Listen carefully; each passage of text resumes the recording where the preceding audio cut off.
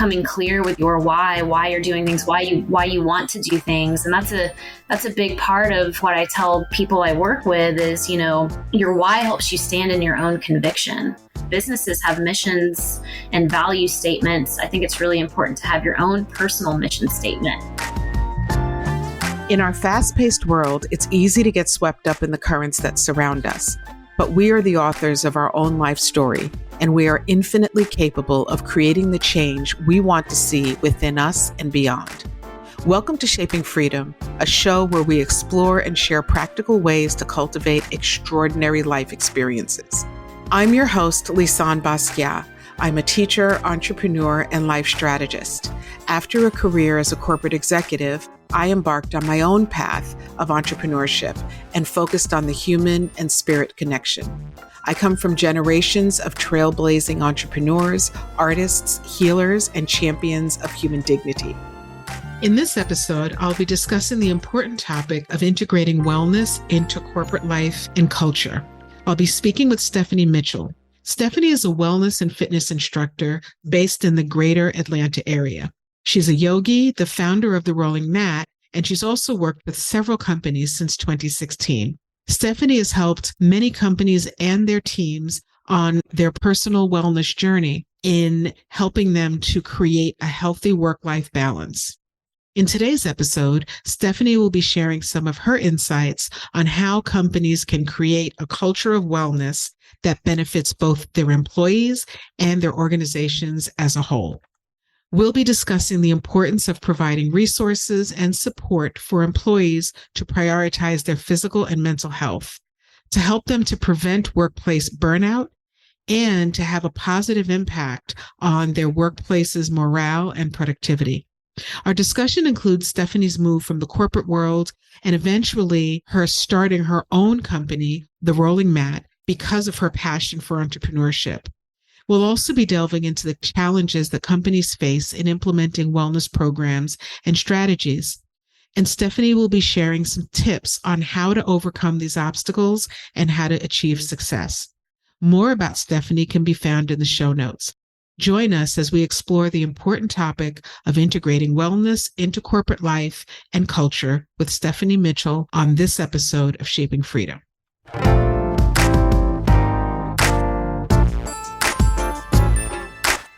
Hey, Stephanie. Hey, Lisanne. Nice to meet you finally. I know. It's so nice to meet you. Thank you, first of all, so much for agreeing to come on and chat with me a little bit. Absolutely. I've been looking forward to this conversation. Me too. Very much. Yeah. And I know that we have there are a lot of synchronicities in our background. So I'm really excited to be able to chat about those. Yes. Where in the country are you right now? I'm in Atlanta, Georgia. Excellent. Are you from Atlanta? I am. Nice. Yeah. Georgia Peach. Sweet. Well, let's talk a little bit. I know that, I understand that you have had a journey that took you through corporate and that now has you supporting corporate, I guess, from the other side. So I'd love to hear a little bit about your story. And it'd be great to also hear a little bit about like what you're up to today, the corporate wellness and yoga and, the things that you're working on today. Absolutely. Yeah. So it has been a journey indeed. A really amazing one. I've learned a lot over these last many years. So I went to college in my hometown and, I was always kind of raised with that mentality of, you get out of college, you get a corporate job, you work in corporate, you make the money, you marry the job marries you. And that was very much kind of, like the baby boomer side of thought, if you will. So that was always kind of the mental state I was in while I was in college. Like, I'm going to get a really great corporate job, fresh out of college. It's going to be great. I'm going to climb the corporate ladder. And I graduated in 2011, and the job market was really not in the best place at the time with everything going on. And so it was really actually hard for me to find a corporate job. I graduated with a bachelor in communication, so very broad. But I always knew that like I wanted to do something where I was helping people, where I was making an impact on people. So I worked some odd jobs after college. I actually went back and got a meeting and event planning certificate because I love events. And then I did get my very first big girl corporate job in 2013, and I loved it. It took me all over the country. I was essentially working with college students. So it was an academic honor society that I was part of, and we were kind of an extension of career services. So I got to go and I did a lot of public speaking at events. I helped students with their resume. I basically, really tried to instill in the students I would talk to about the value of really, immersing yourself in the uncertainty, and knowing that uncertainty, though it may be scary at times, it's where a lot is found within yourself, within what you want to do, passion, and all of those things. So really loved my job, went to college campuses everywhere. And then my boss was also an entrepreneur, and he actually sought passion in another passion project of his. So he downsized the company that I was working for.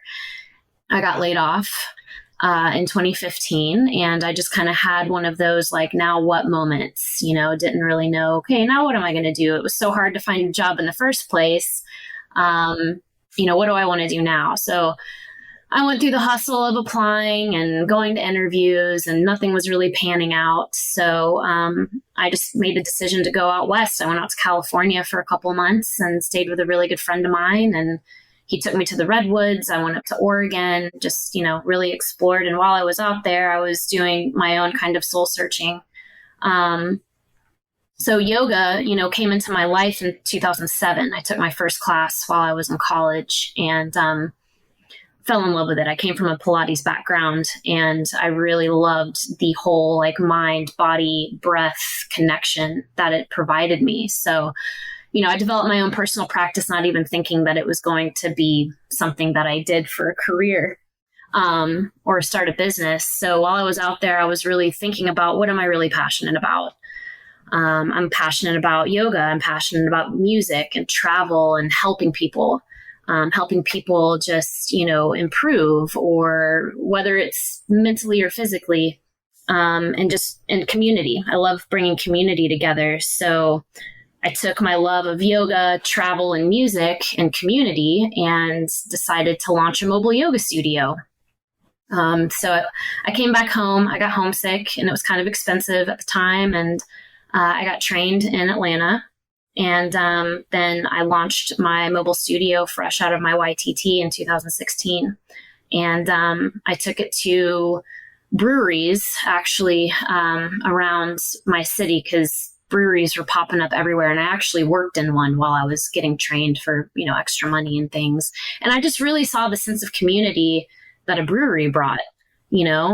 People, I remember talking to people that were new to Atlanta, and they were like, we're coming out because, we want to meet people, and this is a great way to meet people. And then I looked at the space, and I just started kind of doing some of my own market research. And I just asked, if I led a yoga session here, would you guys, come? And all my regulars were like, yeah, absolutely. So I started out doing beer yoga. And then that created my following. And then I had people coming up to me just saying like, we're really thinking about doing like a corporate wellness program within our company, or we're holding an event and we'd like to add this element of wellness. Would that be something that you're game for? And I said, absolutely. So I just kind of jumped in and, got on phone calls with really big people within the company and asked a lot of questions about what it was they were looking for, and just started over the process of working with several different businesses, learning, what companies are needing, what employees are needing, the employer and the employee. And then I just ended up niching. I niched into corporate wellness. And then I started helping other teachers and wellness entrepreneurs take their passion into the corporate world as well. I was really interested in hearing about your experience within corporate, and I'm curious to know that, what was the result of some of those conversations with both the employer and the employees? What were some of the things that you found by asking those questions? Yeah, a lot of the things I found, I'll have to say that there was a lot of similarities kind of across the board. Burnout, I had employers tell me, like, we know that our employees are, they have meetings every day. They're behind the computer all the time. We have some people that don't even take lunch breaks, So from an employer perspective, they really did start to see like a higher turnover rate within their employees. And also just knowing that the turnover was happening because they were so burnt out and that they needed to do something other than just taking a 30-minute lunch, if they even took a 30-minute lunch break. And then from the employees, I got a lot of really great feedback in terms of, a lot of them are working moms that didn't have time to go to the gym or a yoga studio after work. So me coming in, even if it was just once a week, was their time. And that's what they would tell me, like, this is my hour to completely just detach from the day and everything I have going on here and at home. And that their work life was better. They looked forward to it. They would put the class or the workshop on the calendar and say, like, every Tuesday, this is going to fulfill, my day and also the rest of my week, because I really structure my classes, especially for corporate, to give them nuggets of gold that they can take back to their desk with them so that they can continue breath practices or they can continue some of the movement that we do. What are some of so the topic of corporate burnout, I think, is one that we talk about quite a bit in our culture, Mm-hmm. and very often what I hear in kind of looking at the dialogue and conversations that are happening out there is, lean out and go work for yourself and all of that, which I think is great. And I think that what is missing a lot of times in the conversation around corporate burnout is how to come out of it. Mm. When it's related to something that you're doing every day, all day, whether the corporation is one that you yourself have created or whether you're working for another company, it's hard to divorce yourself from that because that is the thing that you're doing to keep a roof over your head and food in your mouth and all of that.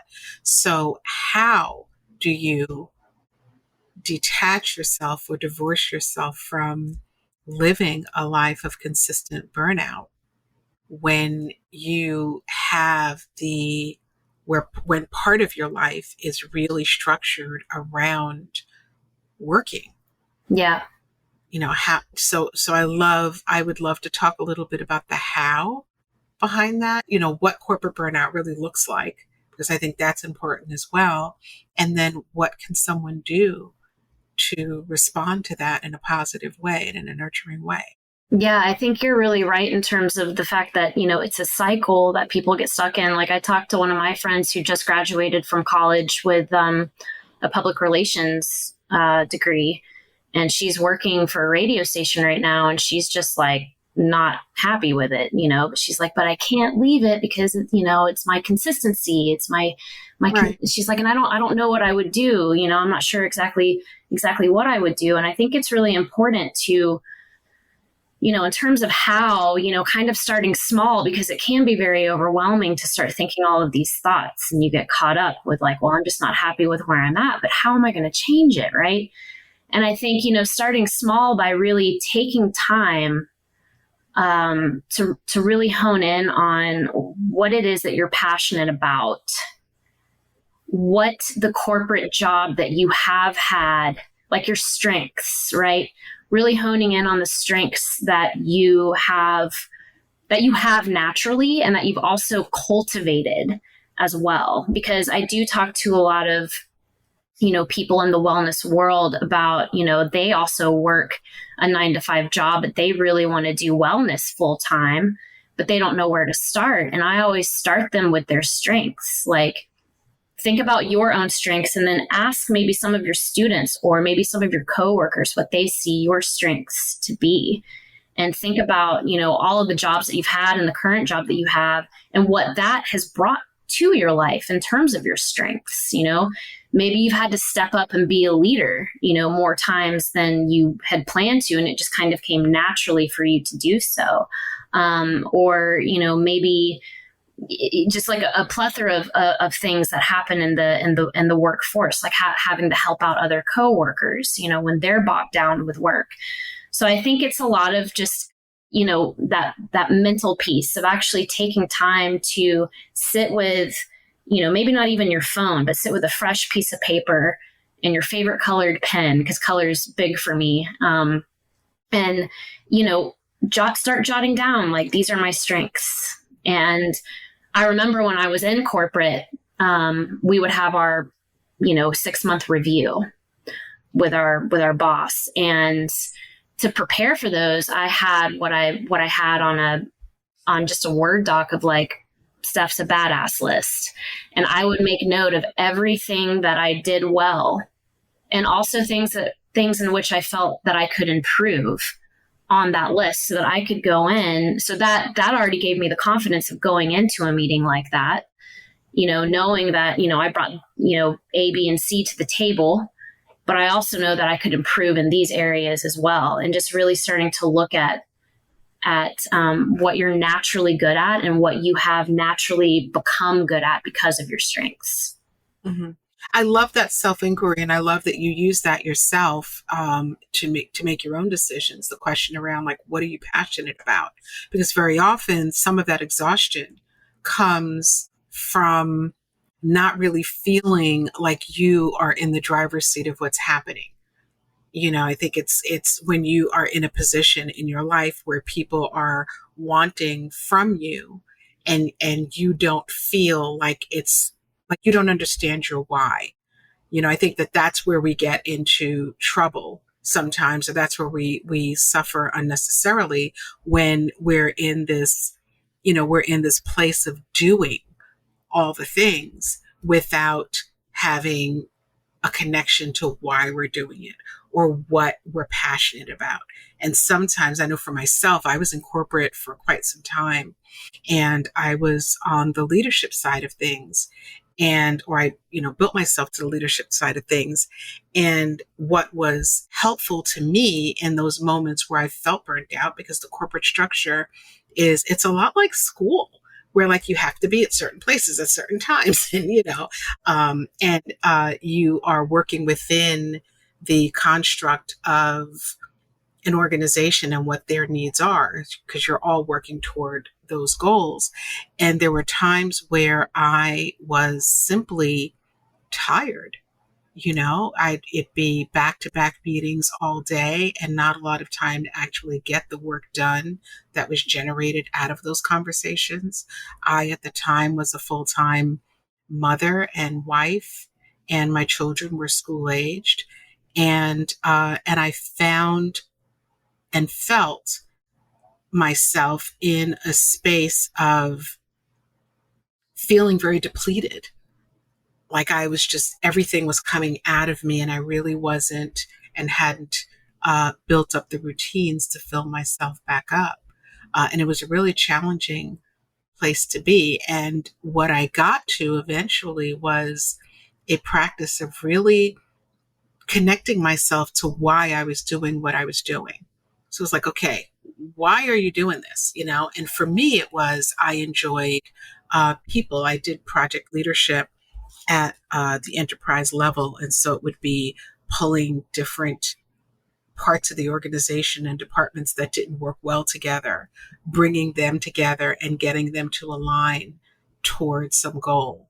I liked that. I enjoyed the people part of things.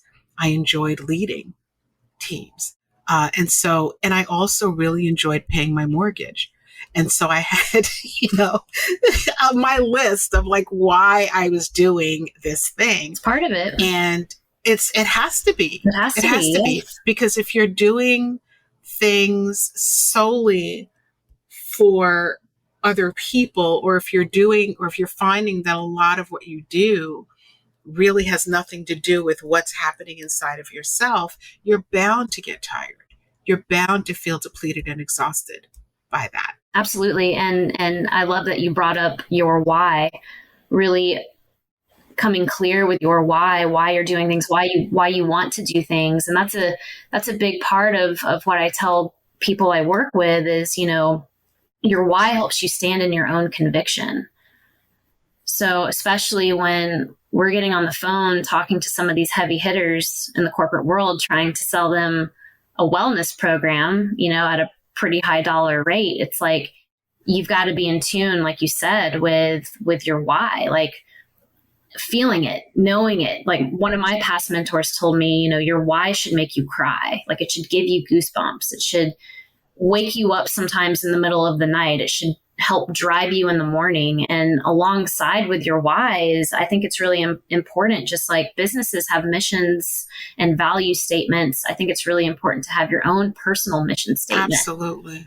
Absolutely. I agree. Who it is you want to work with. And then there comes the why you want to work with them. So I think that's really important to recite, every day to yourself, and allowing that piece to take you even farther, to expand upon that, to expand upon your audience or whatever it is that you're really wanting to do and bring to the world. Yeah, I think it's also important to give yourself some grace. I think for me, I have some workaholic tendencies, just full disclosure. I work a lot. I did it when I was in corporate, and I was like, oh, it's because I'm in corporate. It's not true. I do it today. I've been an entrepreneur for 15 years and I still do it. But in that, I think it's really important that we allow ourselves some grace, and we give ourselves a break sometimes. And very often, and I'm kind of staying on the topic of burnout here, very often we just go, and we're not robots, we're human beings. And human beings actually do require a certain amount of care and a certain connection to emotional and mental health, which I think is part of what is so exciting and helpful about the work that you do, is that it really meets people in a space where some of the routines and practices are not the healthiest just for our minds and bodies, and being able to bring some of that comfort, being able to bring an hour to a mother who also works full time, supporting her and holding space to have that 1 hour a week when she focuses just on herself and it's just about her practice and, her time with herself and her spiritual connection. I think that is really beautiful work and so helpful.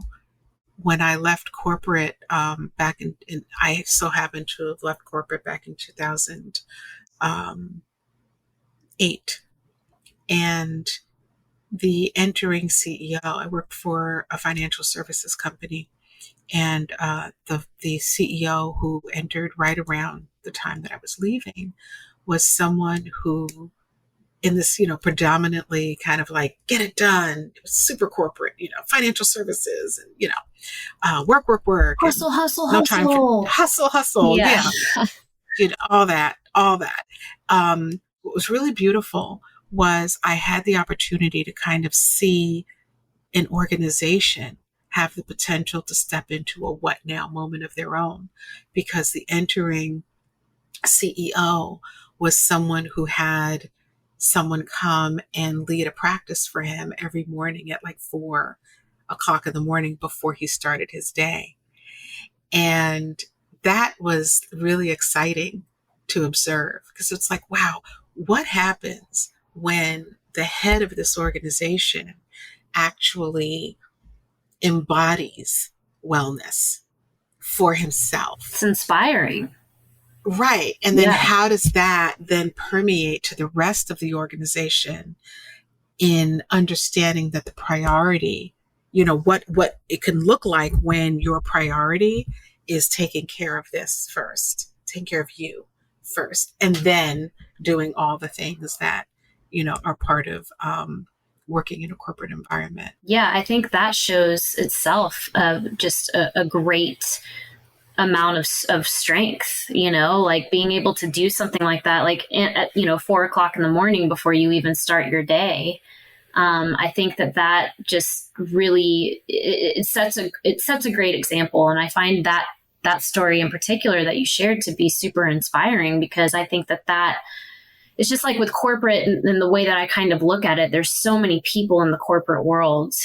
And if we're able to, impact them with this mental and physical and just overall awareness of health, it's going to have a trickle down effect through the rest of society. So just like him setting that own standard for himself, and like you guys as employees seeing that, knowing that, I think it just sets a really good tone to, well, maybe that's something that I should also focus on. I mean, if our head person is doing it, focusing on self, because, like you kind of mentioned before, corporate becomes a lot of people pleasing. Like we're just trying to keep the boss happy. We're trying to make sure that our fellow coworkers don't get mad at us for, something not being done in a timely manner and what have you. So that's very inspiring that to hear that. And that's why I love a lot of these companies that I've worked with and continue to work with, is that, they really see the value of having that break, having that time for these employees to give themselves some grace, to give themselves some rest. It's like one of my chiropractor friends, she tells me, rest is the new hustle. Like taking that time to just, tune out all of the outside stuff that you have going on and protect, go inward if you can, or, even if it's just physical stretching. I mean, it's something that's going to bring something so much more to your day than a lot of people do realize. When we return from the break, Stephanie and I will discuss the contrast between where she was in the corporate world to where she discovered her calling. What was that final push that made Stephanie find her potential in a vastly different space? What's her take on yoga and other outlets as a way of finding your self-awareness and spiritual center? This and more when we come back.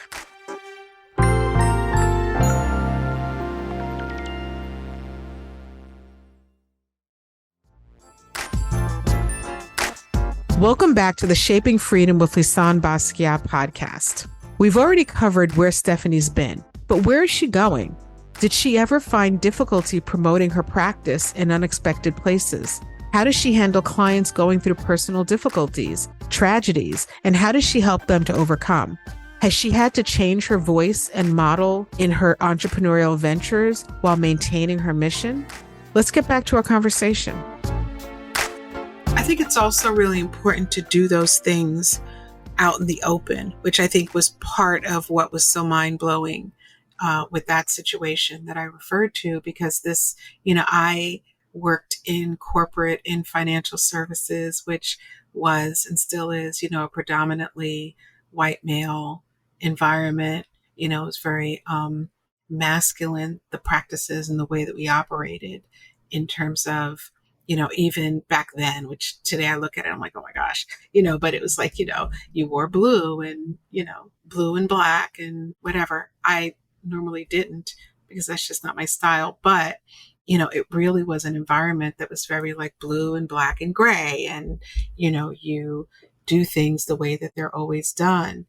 And so what that created, or my observation within working in these environments, was that it created almost a rejection of human need and what we need to actually be able to operate at the levels and perform at the levels that we were expected to perform at, which is why I loved like all the work that Stephen Covey did many years ago, because it really was about like, you are the golden geese that's laying the golden eggs. You got to take care of you, and he said it in that way. But what I observed was a lot of almost shame amongst people, my colleagues, for getting massages or, taking yoga. Like you wouldn't say, well, I'm going to go take lunch and I'm going to go do yoga during lunch or get a massage, because it would be seen as a negative thing or slacking off or one of those things. So the fact that today it is more integrated, our humanity seems more integrated into what we're doing on a day-to-day basis, it helps people to then acknowledge that and honor that within themselves, the need to go and, practice for an hour, right, as a mother, for example. Well, I mean, it's all a form of personal healing, even if you don't go into it looking at it that way, but you are like healing yourself with every practice, with every breath practice you do, every class you take.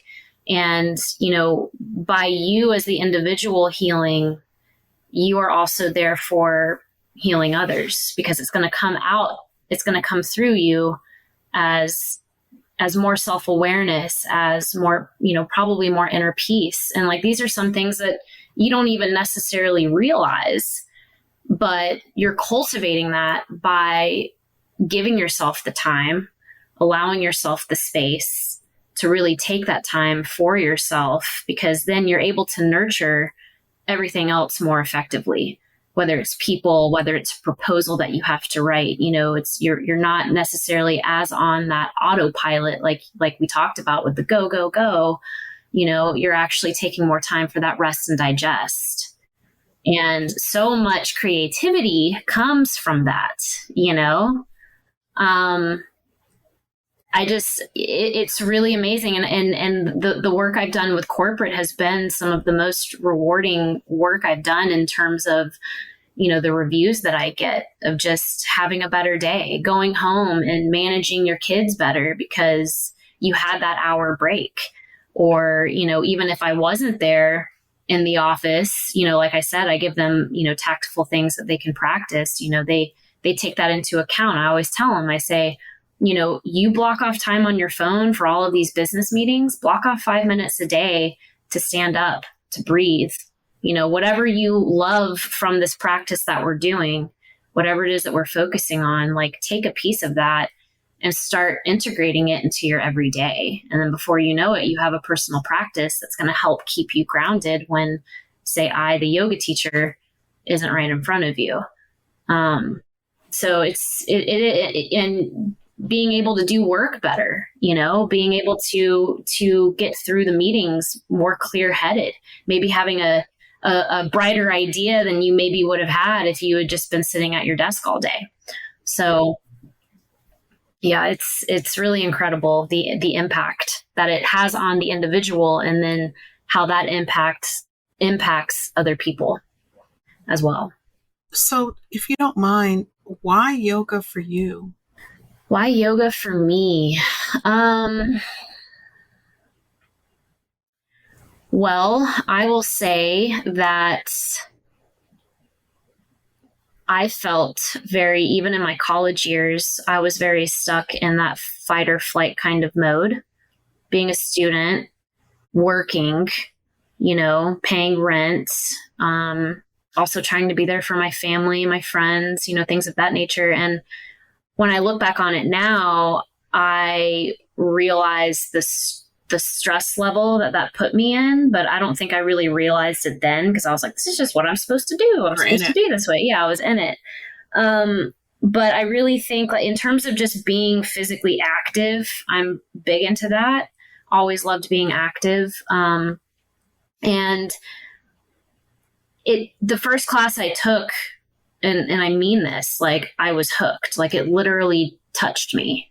Like, I felt a sense, and I remember it because I remember the teacher. I remember where I was in the class. I remember the color of my mat. I remember how many people were in there with me. And I just remember at the end of it, feeling an actual sense of release, like an actual sense of that breath.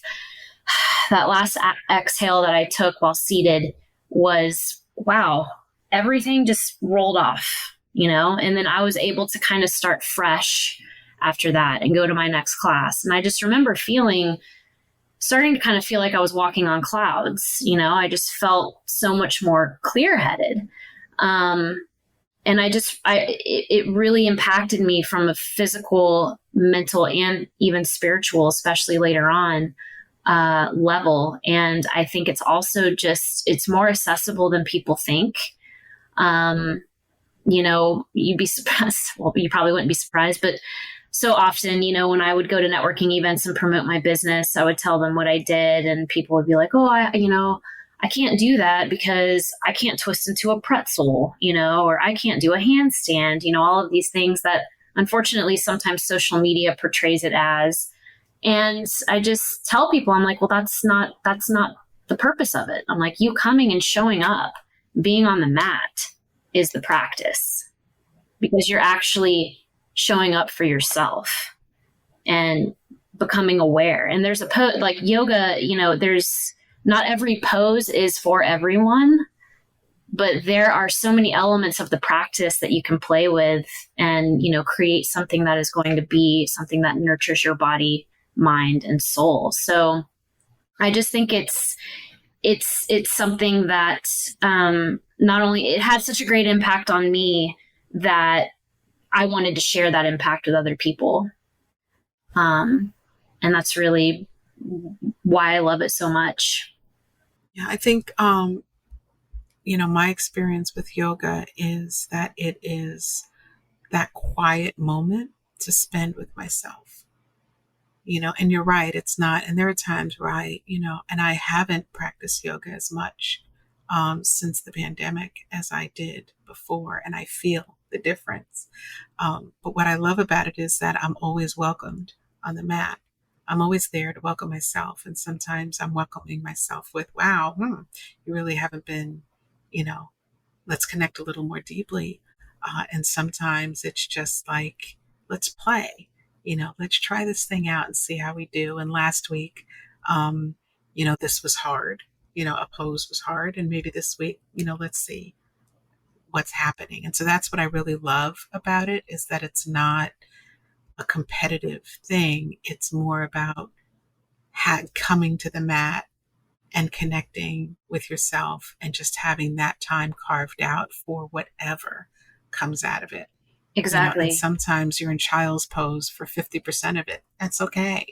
It's okay because you're there. Yeah, it's your own expression. Yeah, your own expression of, and it's a good radar of, where you're at.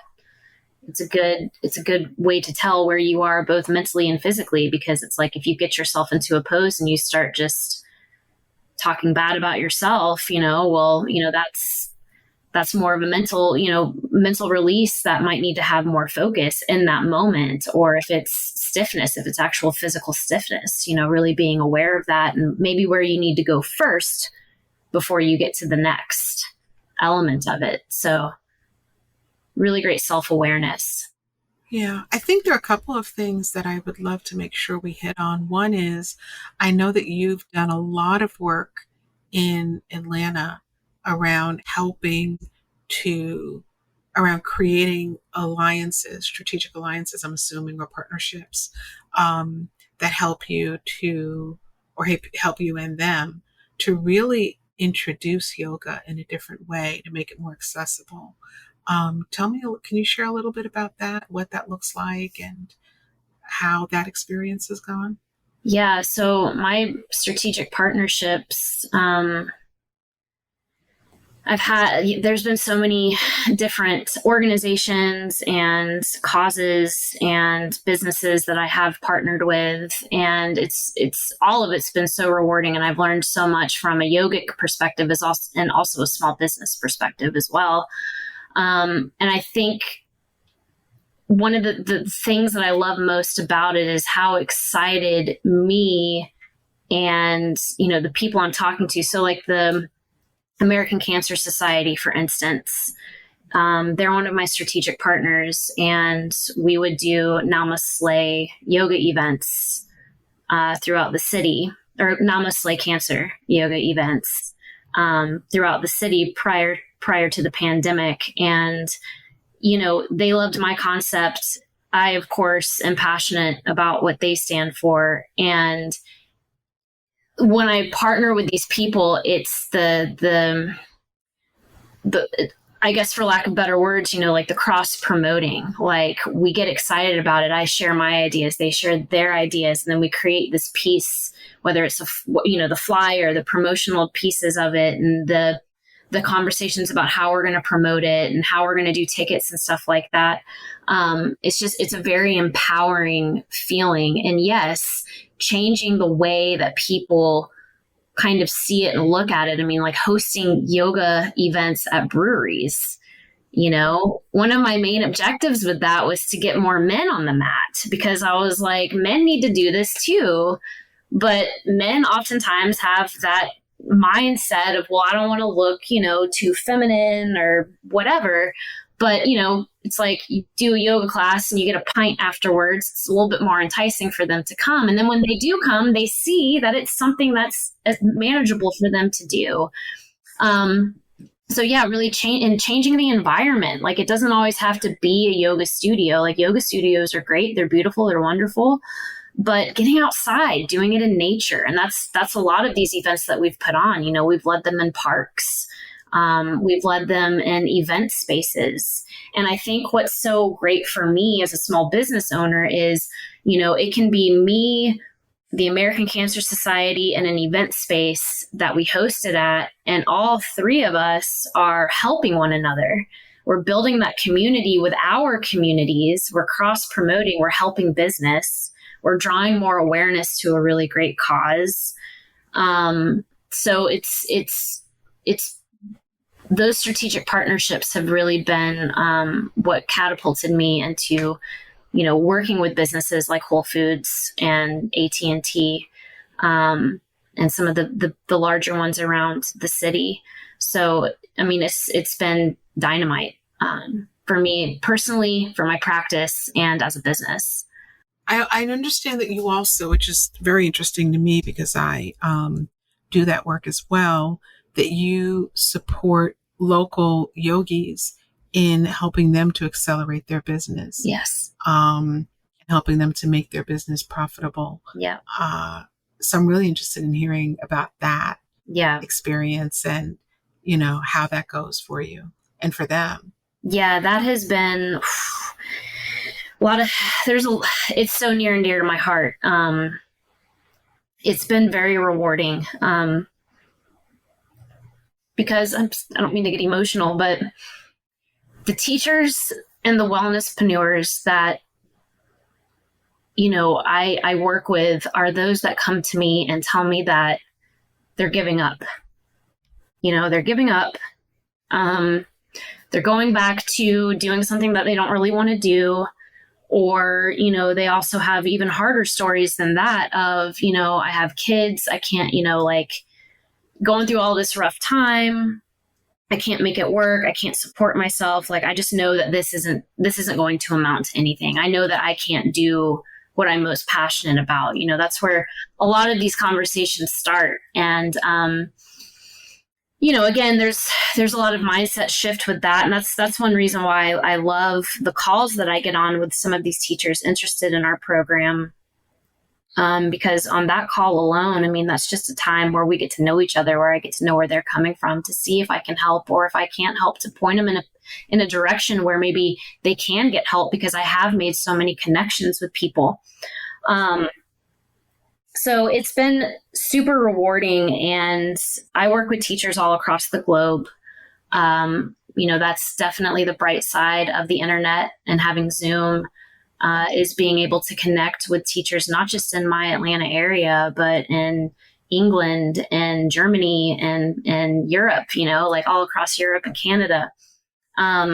So a lot of times, these people, these wellnesspreneurs, yoga teachers, they come to me very lost, not really knowing what the next stage is. And some of them have had success, and now it's plateauing, and they're just like, I don't know what to do. So we really strive to get that mission statement in line. We redirect them back to their why, and maybe it's changed. Maybe the way of doing business before isn't the way of doing business now. Like, we have to be able to adapt and overcome. Um, so for me, really digging in and diving in and doing some of that clarity and mindset work, which is where we always start, is very rewarding for me. And I typically learn a lot about myself and where I'm at in my business through working with other people with that. And then for them, it sparks the hope within them. And then they really do redirect back to their why and like, no, like I know what I'm doing. I know that I'm a great teacher. I know that I'm a great business person. I just need to really connect to my passion and why it is that I'm doing what I'm doing. And then they flourish. And then just like I said before, that why helps you to stand in your conviction, right? So when they're confident in that, they're able to have these conversations with people. They're able to go out to networking events and call themselves a corporate wellness provider with total conviction because they know that they have something to bring to the table. And it's great too, because it's creating, again, a community of yoga teachers, and we're all really on, the same path. We experience all the energy put into putting on a workshop and then no one showing up, or, going after a corporate client and then it not working out, all of us can relate, but then all of us can also help one another. So even though I'm the leader of the program, like a big part of the program is community. And these yoga teachers being able to interact and talk with one another, and also wellness entrepreneurs as well. We've kind of branched out into that territory, taking it from just yoga teachers to, people that are in the wellness industry altogether. So it's been super impactful, and it's grown my business in the sense of it's helped me really discover, like what I need to work on, maybe what I'm doing really well, just like that back in the corporate world, what I'm doing really well and what I'm bringing to the table versus, okay, this is where I could improve. And I'm improving for myself and I'm improving for the people that I'm serving. I'm not improving for a boss. Right. So it's been great. It's been a great journey with that. I think community as you're building is probably one of the most important things, even over resources sometimes. One of the things I own a co-working space and business accelerator in Carlsbad, Hara Hub Carlsbad. And it really is about that. It's community and support and resources for primarily female entrepreneurs. Because what happens a lot of times is there comes a point where you start to realize and recognize that you're in a relationship with the decisions in your life just as much as you are in relationships with people. And so, like you're mentioning, you have these clients that come to you or other business owners in the health and wellness field, and they're feeling tired or they've been doing something that has now plateaued for them. And it really is about recognizing that you're in a relationship, even with that business. And so for them to have you and a community of people that can help them to maybe see things a little bit differently or to take on a new perspective, for what it is that they're delivering and doing. Or sometimes it's simply allowing your community to pour in to what you're doing, to give you like a fresh perspective, where sometimes things are so close to us that we can't even see them, so having that third party or having that community that can say things like, hey, I think you're doing great. Maybe if you just make a little shift in your marketing, or maybe if you reconnect to why you're doing this to begin with, or maybe if you create some partnerships, that might help you to, brighten the relationship a little bit. Yeah. Add some fire to the relationship. Absolutely. And, I'm big on, and this is within the program too, of, manageable action steps. Like as entrepreneurs, as entrepreneurs in general, regardless really what field you're in, I mean, you sometimes just focus solely on the big picture because it's like, that's where you want to go. And like, you need to have space for that. And that needs to be up here. but you've got to take action steps to get to that. And so many of my clients come to me and their to-do list is just, I'm like, well, what are you currently working on? What's working, what's not working? And their to-do list is just so saturated. And I'm like, well, the first thing we can do is break this up into bite-sized chunks. That way you can actually see your progress and scale your growth. When you're not looking at everything from such the big picture and you're kind of breaking it up into manageable pieces. Because, a big thing for the clients that I work with is, they're like, well, I don't know how to talk to a corporate leader about wellness. Like I'm nervous about that, like how do I even do that? And first of all, again, goes back to your why, goes back to your mission, why you're doing it, standing in that conviction on your path, on your journey.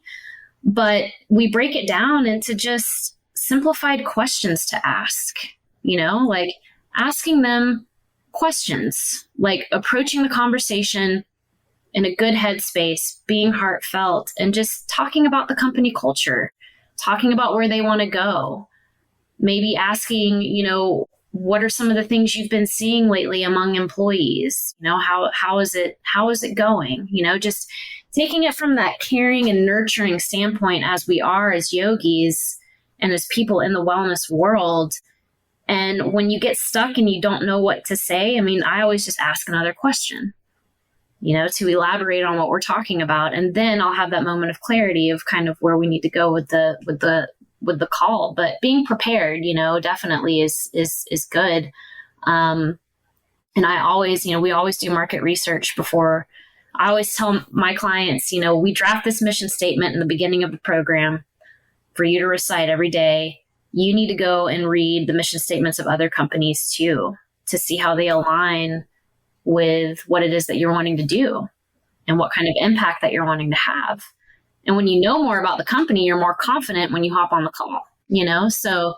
I think it's also important that understanding that you are interviewing them just as much as they're interviewing you. And I think sometimes we get into this headspace where we're like, I don't know all the things. How am I going to have the conversation? But ultimately, you don't have to know all the things, just being curious and finding out the information that you need to have so that you can create a program that meets their needs is a great place to start. With, like you mentioned, having your mission statement and, being prepared, is important. But it's also more about asking the questions and allowing the conversation to happen and trusting, that you are standing in the conviction of what you believe, just in the work that you're doing. Absolutely. Yeah. Yeah. Because those questions, when you just, like you say, when it's just kind of asking those questions, coming to it in a nurturing type of way, you discover so much more than you realize, than you even thought. And then, those questions give you knowledge or maybe pose, more questions that you didn't even think to ask before. And same of them, So, Stephanie, how can a person learn more about you?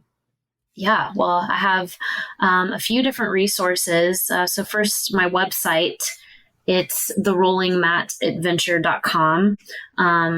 There, you can find out more about our mentorship program, our community events, some of the corporations we've worked with. There's some reviews on there to check out. And then my Instagram is Rollin, no G, Yogi. And that's a really great resource. Posts that I create, I really try to bring as much value as I can, giving little tidbits of information, just providing support through the written word. And I have a Linktree link, which has a link back to booking a discovery call. Also a link to other podcasts that I've been on with other topics that we've talked about. And then of course we have the Elite Corporate Yogi program, which is just a really amazing program that kind of has its own, link for it, but you can also find that, through my website as well to learn more about what we're doing with those teachers and wellness entrepreneurs. Are those the people that should be reaching out to you, teachers and wellness entrepreneurs? Yes. Yoga teachers, people in the wellness realm that are wanting to, maybe add another branch of business, or maybe they've always been curious about what it would be like to take their services into the corporate realm. That would definitely be people that would want to reach out and learn a little bit more about what we have going on. Because I've been running it this will be its third year. So it's been going strong for a pretty good while now. And again, it's another place to connect with other people, other wellness entrepreneurs and yoga teachers to learn more and get more feedback. Yeah. And if I were in corporate and felt myself in a place of burnout, or just simply wanting to bring the opportunity to practice closer, what should I do? I mean, I would love to have a conversation about that as well. I do, from my corporate wellness classes that I've done and workshops that we've led, I have acquired private students from that.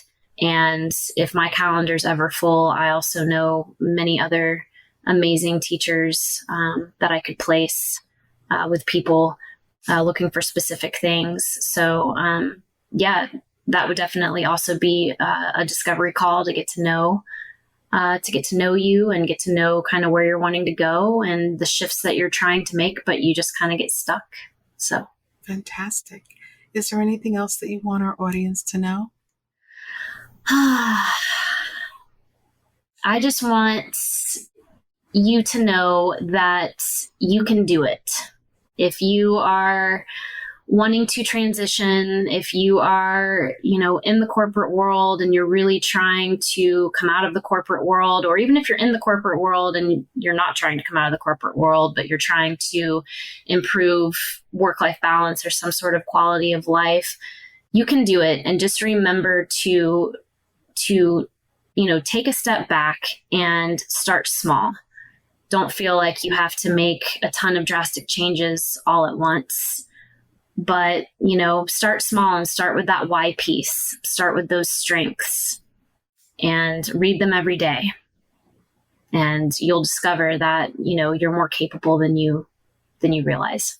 It's wonderful. Stephanie, thank you so much for taking time out of what I know is a very busy calendar. Thank you. To come and speak with me. I've enjoyed this conversation so much, and I've gotten lots of tidbits out of it, including the questions, the self-inquiry, which I really appreciate you sharing. Yes. So thank you so much for stopping by. Thank you. Thank you so much for having me. It's been a pleasure.